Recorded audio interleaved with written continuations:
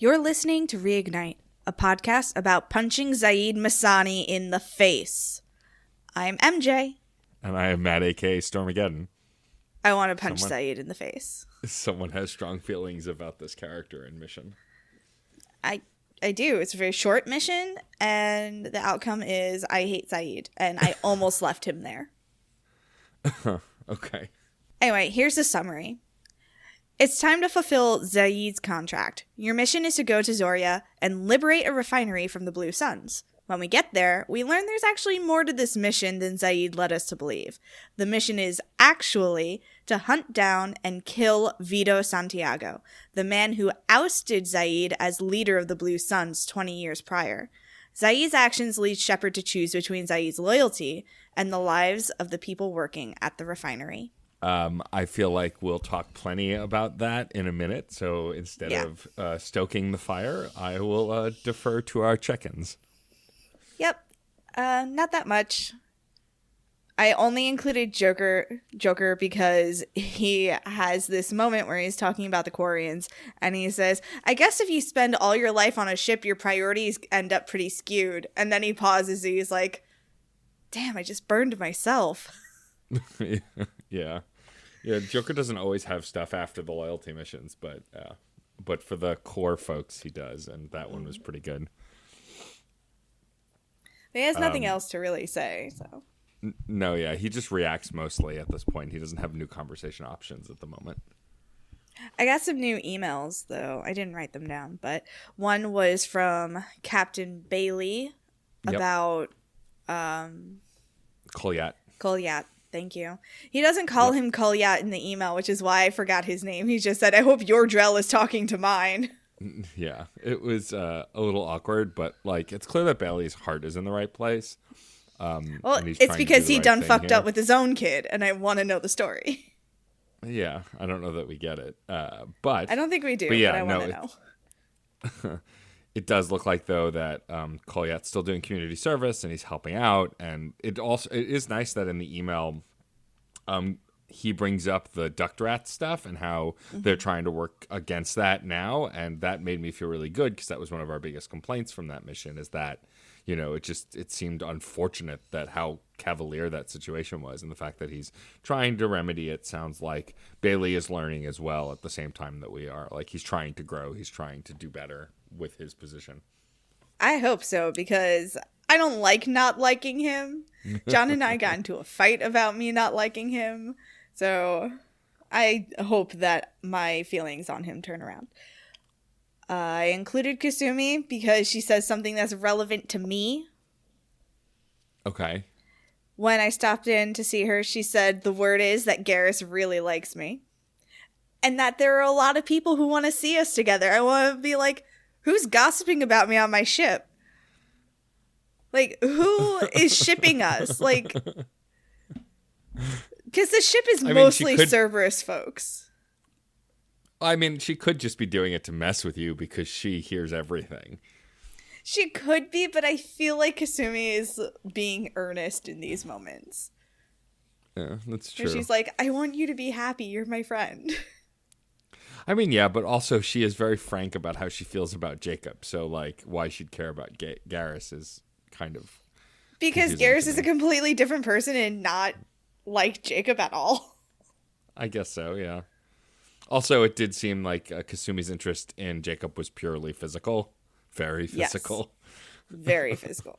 It's all about the push-ups, I think. Or the sit-ups? One of them. She cares about one of those things. Okay. I had an additional conversation with Thane. I did as well. Just, following up on Kolyat and their continuing relationship and trying to grow. And then he talks a little bit about his relationship with his wife and his relationship to the Hanar and how what happened to his wife kind of set him on his path and that he had planned to die the night we met him to complete the mission and then die.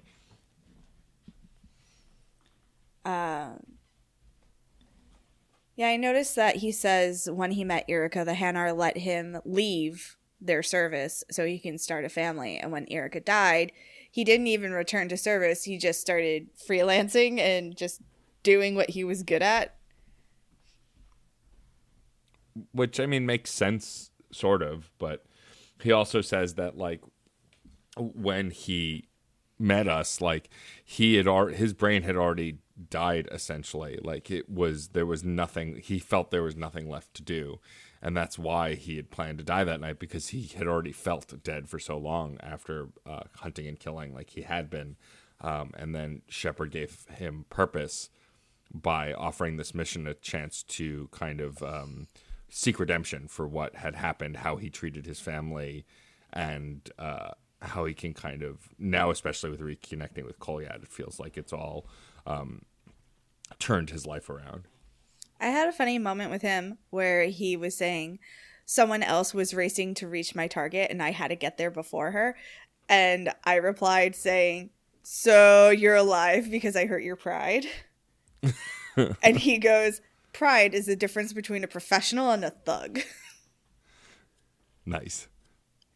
Yeah, I don't think I took that option. I just asked him more about why he wanted to die, essentially. Like, as a person who wants to die day to day, I don't need to talk about someone else's suicidal ideation in a game. Well, that got dark. Hey. But it's just nice to also see Thane open up with Shepard, especially my Shepard, who he has no romantic interest in. Like, you can see a developing friendship here, which I think is actually really great. Bros. Anyway, I told Thane that he deserves a chance for some peace. And Thane basically concluded the conversation with, like, you know, that kind of finality that we get in some of these conversations where whatever happens, my gun is yours. Yeah. My Shepard took the closing conversation opportunity to go, "Well, don't go die on me yet. I still need you for this mission." So, like, jokingly, but like something along those lines. Yeah, I saw that option too. Yeah. I didn't, because I meant it to a little bit. I was like, all right, yes, I get it. You're finding peace, but don't find peace yet. We're not done, and I need you. You're good. Don't do that. I had another conversation with Garrus. Yeah, Jack doesn't really want to talk to me anymore, and by that I mean the meta of the game, where we have the same conversation over and over again because we've reached the end of the romance path up until this point. Yeah, I think that's what this conversation is for me, because it's kind of like my final chance to opt out of the relationship. Mm-hmm. Garrus says one of the most romantic lines: "I want a few moments that are just for us before we throw ourselves into hell for the good of the galaxy." Aw. Isn't it so sweet? It's a line that is starting to convince one of my friends who has never played this series before to consider playing the series, because I've just been talking about how much I love Garrus to her. And she's like, that sounds like a ship I need to ship. So he gives me an additional option to back out. I don't. And he continues to be awkward and adorable and says, "Okay, great. I'll do some research and figure out how to, And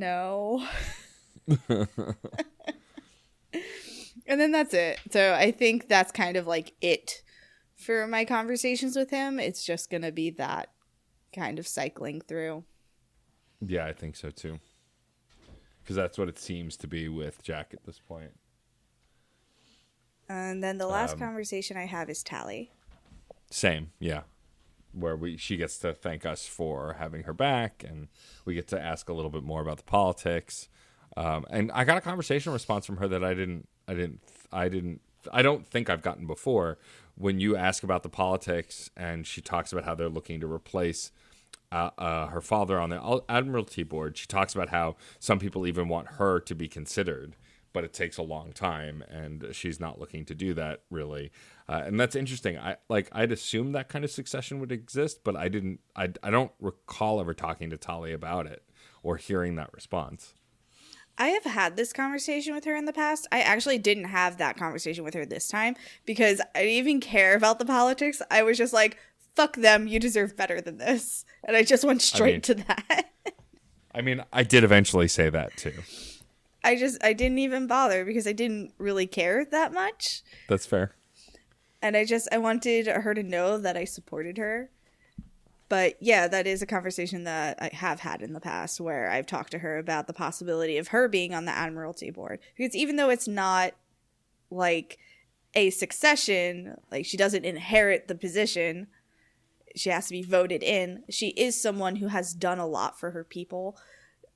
She has stood up for her people in so many different arenas. She's shown the galaxy what the Quarians can contribute. Like, she would be a good option for the Admiralty board. She would be someone to kind of temper the extreme views that are currently existing on it. Yeah, I mean, it would be absolutely brilliant of them to bring her on, because she would be the best thing the Admiralty board ever saw. But also, part of me, very selfish, is like, you can't have her. She's mine. Get your politics elsewhere. I need Tali. She can't leave my ship. Nope. I mean, she can if she wants to. I just would rather she didn't. Closing out the conversation with Tali, I had her say, "My father would be honored. I chose to mourn him by blowing up a lot of Geth." Yeah, she says the same thing with me. Which, nice. Yeah, I mean, that's legit. I mean, also, like, let's be real, Tali. That's also how you would give a present to yourself and honor yourself, is to blow up a lot of Geth. So, like, that at least runs in the family. Okay, so that's it for check-ins. Let's jump into the Price of Revenge, which for the longest time I thought was called the Prince of Revenge. Yeah, I know. I feel like we've had this conversation before. I think we have, but it bears repeating. It's not the Prince of Revenge. Zaid is not a prince. He is not a prince. No, definitely not. Pardon me while I pet a cat. So we land on this planet, and Zaid is already linked into their comms and giving us advice on how to run this mission.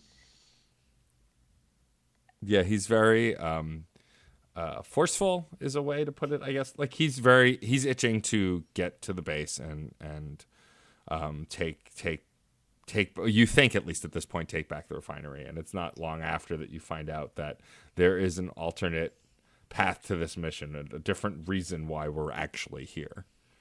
You know, I played this game so many times, I actually forgot that the reason Shepard believes they are on this planet is to take back the refinery, and Shepard doesn't actually know anything about Vito. No, yeah, Vito doesn't come up, and I forgot that as well. Like, because I know this mission, I'm like, oh, all right, it's time to go either get revenge or not get revenge. And so when that conversation started, I was like, oh, right, we don't know yet. That's What right. do you mean I don't know who Vito is? Of course I know who Vito is. I've helped you kill him so many times, or helped you watch him get away so many times, depending on who you are. So we land on this planet. We find out about Zaid's history. Well, we don't find out about Zaid's history with Vito yet. What we find out is that there are some dead bodies, but we get no clarification on who these people are or why they were shot. Nope. I'm guessing they are people who tried to escape from the refinery. That's what it looks like. They're wearing similar kinds of plain clothes to the folks inside the refinery. So my guess is they tried to escape or leave, and they were gunned down by the Blue Suns, who we will find out shortly are in control of this refinery. Yes. So we run into a couple of packs of Blue Suns who are there for us because they saw our shuttle land and they realize that we're there to stand against them. And as we are trying to get to the refinery, to the main gatehouse, we hear Vito Santiago. And Zaid fills us in on who he is. Vito used to run the books for the Blue Suns, and Zaid trained and led the men. Vito staged a coup paid 6 of them to hold Zaid down while Vito put a gun to his head and pulled the trigger. Zaid survived. 20 years later, Zaid wants revenge on Vito. Yeah, and I do love this conversation. So I do want to say at this point in the mission, I do love, regardless of how I feel about Zaid as a character, I do love Robin Sachs' performance as Zaid. Mm-hmm. Like, I think that the acting is really good. But I do love this conversation because as Shepard, you can go, you survived a shot to the face? And Zaid's response is, and you survived your entire ship being disintegrated. What was it? Stubbornness is anger is a hell of an anesthetic or something. Yeah, like I wrote that down like, too. A stubborn enough person can survive just about anything. Rage is a hell of an anesthetic. Yeah, and I love that line. Like, it's just because it is very much distilled Shepard. Because at the end of the day, no matter how you choose to play Shepard, you are running off of, a lot of betrayal, anger, and powerlessness that, the collectors put you through. And it's just a great delivery. And again, I love the way, I love Robin Sachs' delivery, and I love how Zaid says "God damn," and how he rounds a lot of his syllables. It's just I like listening to him talk.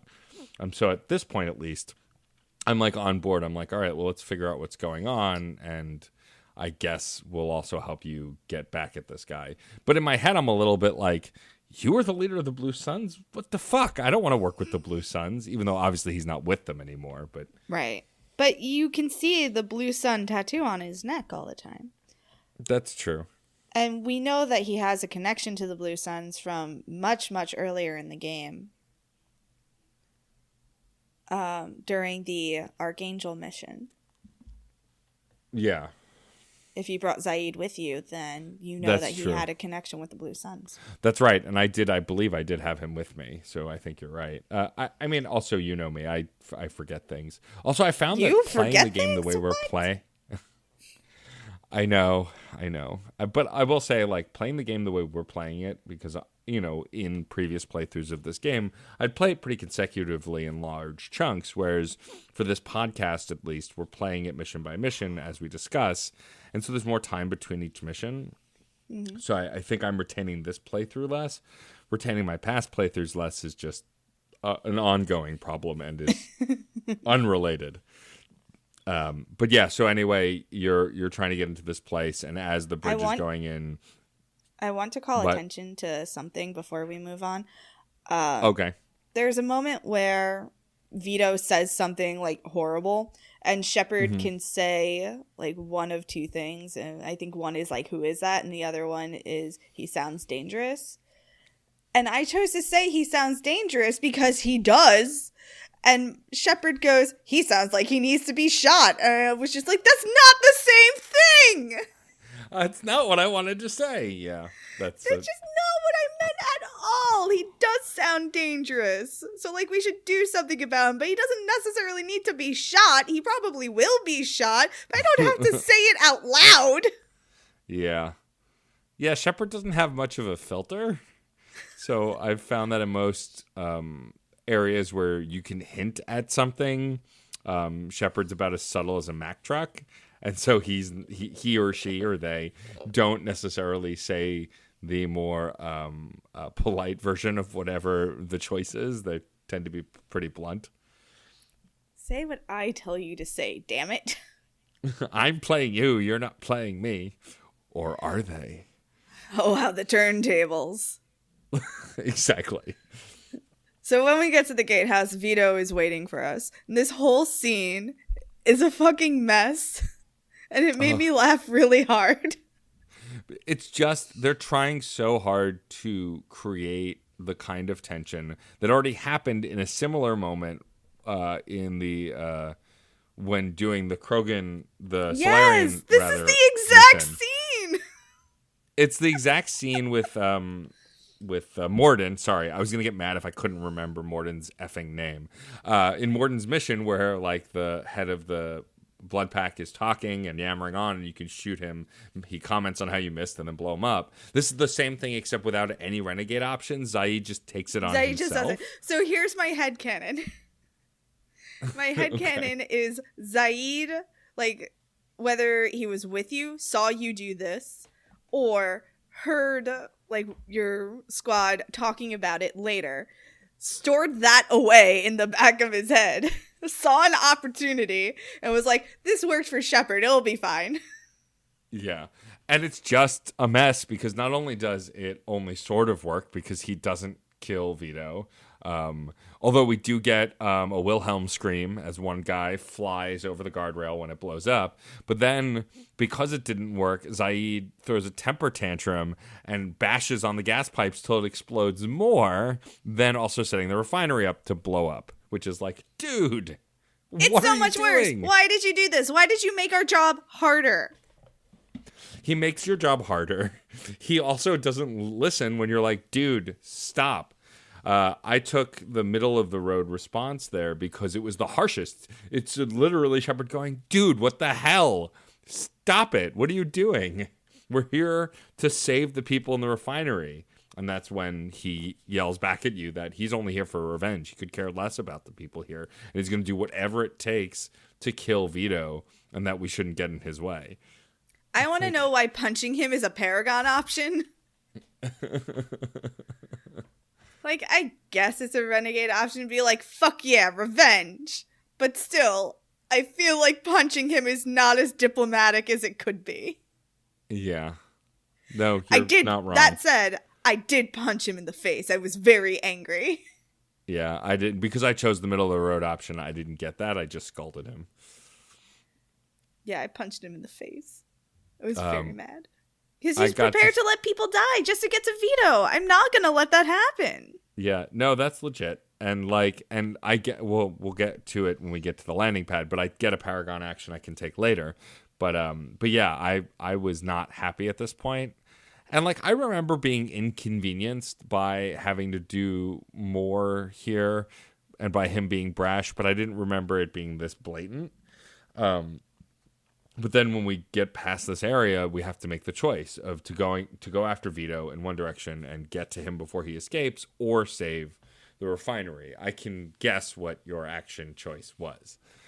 So, just to give a little more, a Yeah. worker runs out onto the bridge and he tells you, we're all trapped. We need help. And Yeah. Vito is basically saying, not Vito, I'm sorry. Zaid is basically saying, let him burn. Don't give a fuck. Vito's that way. Let's go.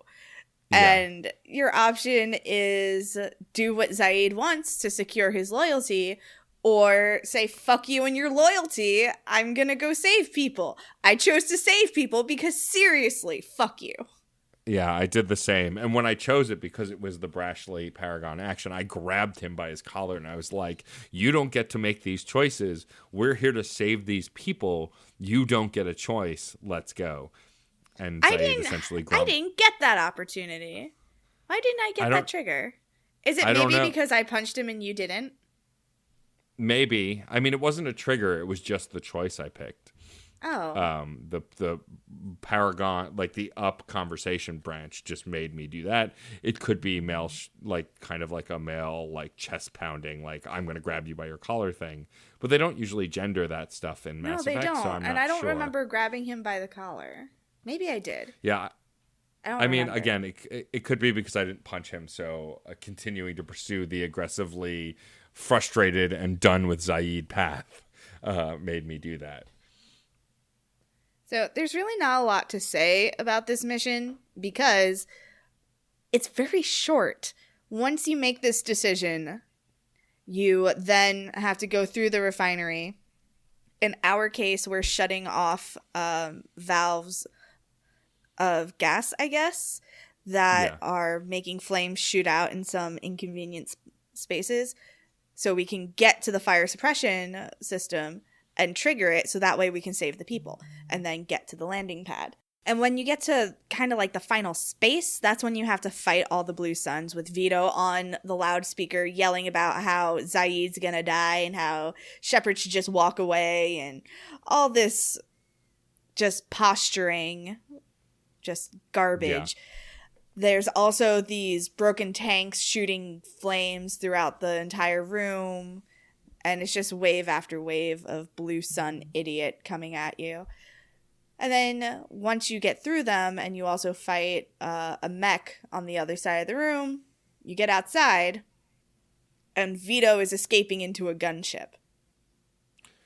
Before we get to that, I just want to say that the combat through this room for me was so much fun because I finally did my advanced training. I couldn't decide what power to take in the past, so I hadn't picked one, but I did. I picked Slam, and literally Slam all I is did so was good.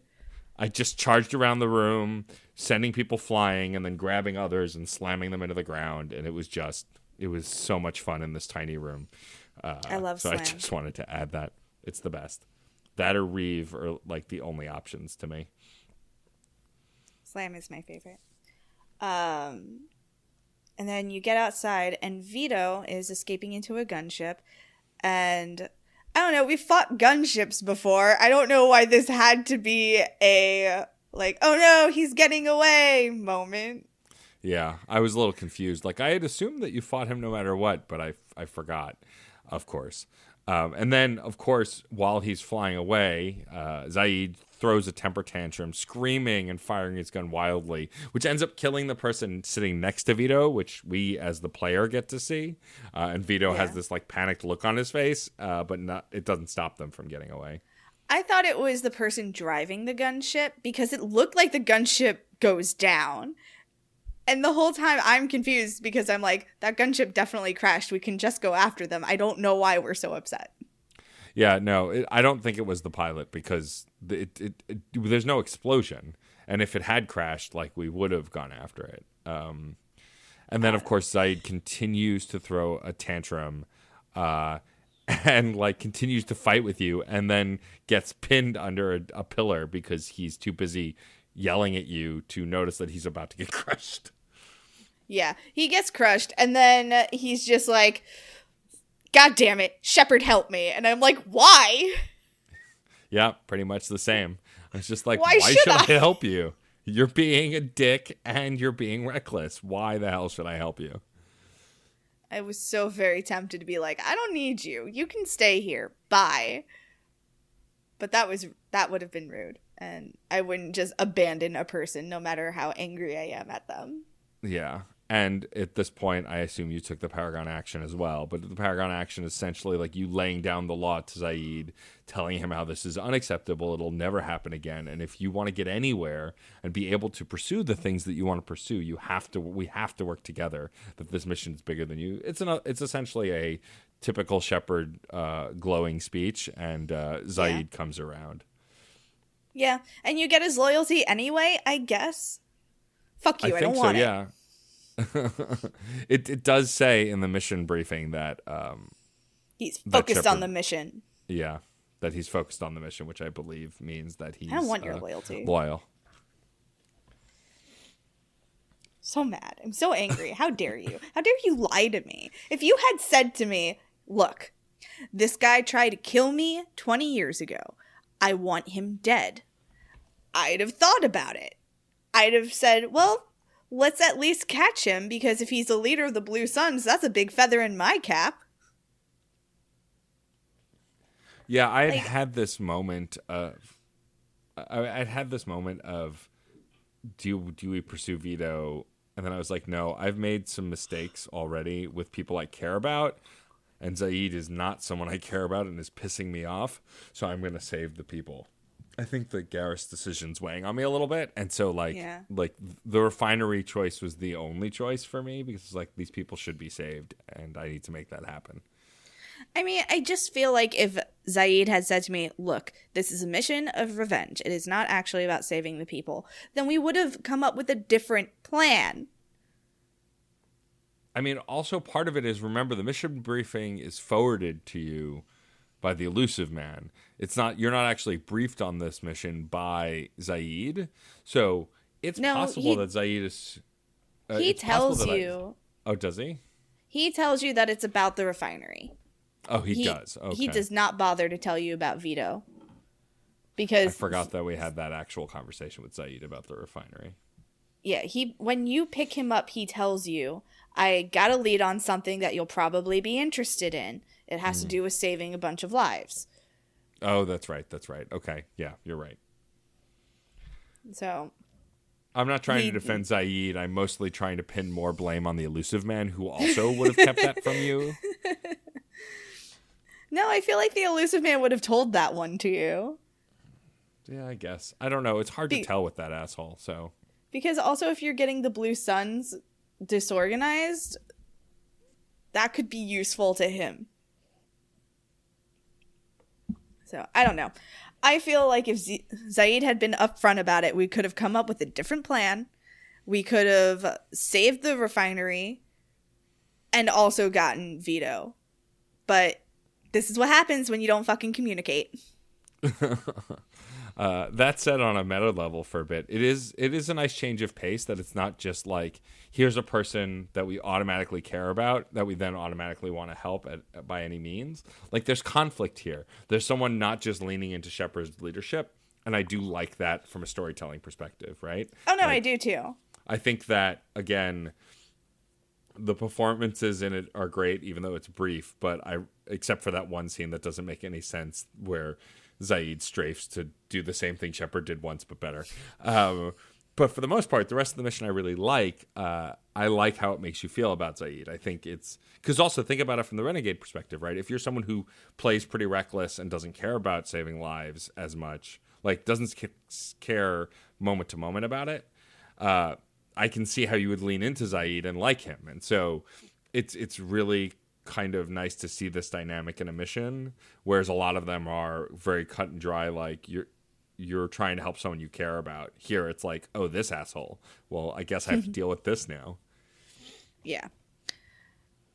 I think that it was well written, except for that one scene. Yeah. Right. Which I still maintain what happened in the background was that Zaid heard about it, was like, oh shit, that's a fucking great idea. I'm going to do that. I wonder when I'm going to get a chance to do that. And then he saw Vito and he was like, fuck yeah! I get to do that thing! Yeah. So I maintain that Zaid is just a big nerd who heard about something and was like, yes! So that brings us to Fandom Corner, because I'm done talking about Zaid.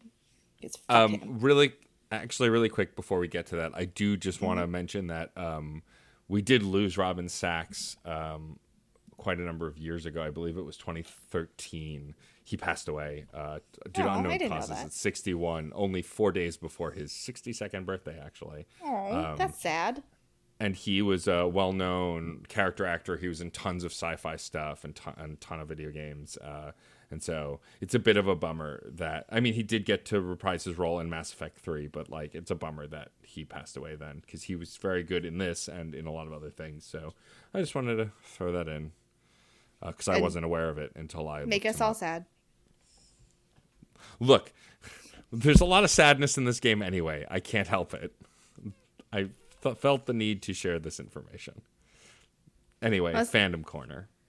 Fandom Corner. I'm going to pick it up because we're talking about Mass Effect themed cookie cutters. Yay. They're really cute, okay? So it's by Petite Craft. And I guess they're 3D printed. I think that's how they make them. But they have two different sets. They have a Paragon and Renegade set, and then they have one that is the N7 Alliance and Andromeda Initiative. And if you look at the pictures, you can see like what they look like pressed into fondant. But it's really cool, and I want to make some cookies now. You totally should make some cookies and then bring them to me. Yeah, okay. You come over here. Fine, make me some gluten-free cookies, and I'll come to you for the cookies. All right. That I can probably do. I mean, I can make vegan cupcakes. Why not gluten-free? That's true. I'll fucking figure it out. They're very cool, and they're fairly inexpensive too. Like, I think the set is $6, like, so, for 3 cookie cutters, which is not bad at all. It is $19.08 for all 3 cookie cutters. Oh, nice. Oh, that's actually a really good deal. Yeah. And then the pair is $13.49 for the Renegade and Paragon cookie cutters. So that's exciting, and I want them. So this this section of the show is really just me compiling a shopping list for my husband, so that way when he's trying to figure out what to buy me, he just listens back to our episodes and goes to Fandom Corner. I mean, I mostly make my shopping lists by doing most of my podcasts to figure out what video games, movies, and other tchotchkes I want to buy. So it's legit. Yep. Okay. So, cookie cutters. If you like baking and you like Mass Effect, go check out Petite Craft on Etsy. We'll link to that in our show notes. And yeah, show us what you make. Please, yeah. If you pick up any of the stuff through Fandom Corner, please shout us out and let us know so we can share with the creators, or so you can share with the creators, or both. We love to see that stuff. I know that John has actually done this thing that I joked about him doing. He actually picked up some pins for me from the Wind Nocturne, because we've talked about their pins in the past. Oh, nice. Awesome. So, very cute. Anyway. Before we start wrapping up, we have an email from Nicholas Luck, the host of the AOK podcast. He let us know that he sent in a review. It hasn't come in yet, but check him out on your favorite podcatcher. He recently put out a Mass Effect episode, and maybe you'll hear him with us next season. That's the AOK podcast. Thanks again for that email, Nicholas, and we'll keep an eye out for that review. And that's really it. It's a short episode today, guys. Yep. We don't have much more to say on it. My co-host vehemently hates this character now, so, I want to punch him in the face. You already did. I want to do it again. Hang on. Before we really get into our outro, I do want to take a second to say now is a really good time to start doing your side missions and other things that you've been kind of putting off, because our next couple of episodes are going to be wrapping things up, trying to get in for the suicide mission. Our next episode is Stealing Memory with Liana Rupert, or Liana Rupert. I like to say Rupert. Yeah, I'm not quite sure how it's pronounced because she's Dirty F and Hippie on Twitter, and that's how we met. So we'll have to ask when she's on the show. We will have to ask. So Stealing Memory is the Kasumi loyalty mission. After that, we're doing the Reaper IFF with Adam Bailey, A House Divided with Rob Starobin, the Suicide Mission with Michael Berger, and then we're going to be getting into DLC and any other N7 or other DLCs. We also have the Arrival. Oh God, we have the Arrival DLC and N7 missions. I think I need to rearrange the last few episodes here, because the Arrival DLC should probably be the very last thing that we do. Probably. I don't know. I don't remember. As we've established on this show, I can't remember shit, so that falls on you. The Arrival DLC is the thing that you are answering for at the start of Mass Effect 3. Oh, that's right. Yes, you're right. Mm-hmm. So I think we should probably do that at the very, very end. Okay.